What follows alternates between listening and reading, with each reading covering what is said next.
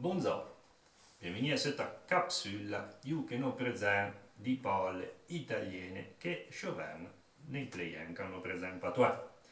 Di cui mi capite di presentare le persone che sono circa tracasciate per lo fatto che impiegano delle parole italiane che hanno presentato in patouille. Il faut dire che è normale che, soprattutto quando il y a des gens qui présentent tant de langues et dans des régions qui se présentent tant de langues, il est normal d'employer des paroles d'une langue dans l'autre. L'important è mieux di presentare una lingua, a cercare le parole étrangères plutôt che per la presentare di tutto.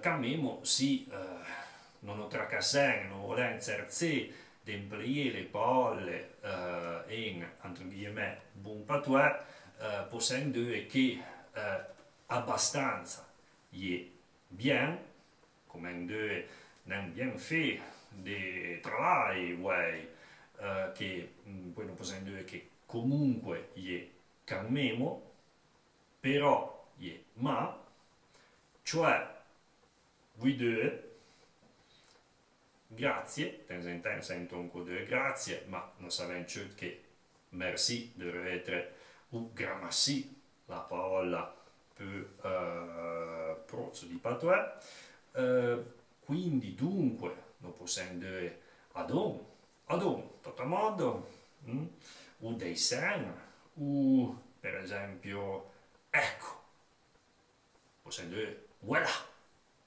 Voilà, tutto bien fait.